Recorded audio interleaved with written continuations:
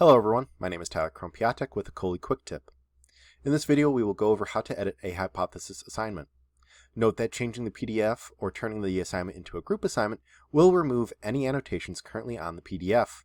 We will first switch the PDF in a hypothesis assignment, then we will make it a group assignment.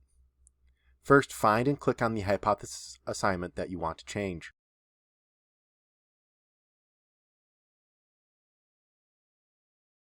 Then click on Edit in the upper left corner, to the right of the assignment title. To change the PDF, click on the Change button in the Assignment Content section. Then follow the on-screen prompts to change the PDF.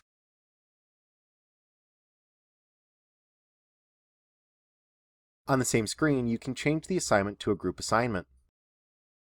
Find and click on the checkbox in the Group Assignment section. Then choose the appropriate group to base the assignment on. When you are done making your edits, click on Save.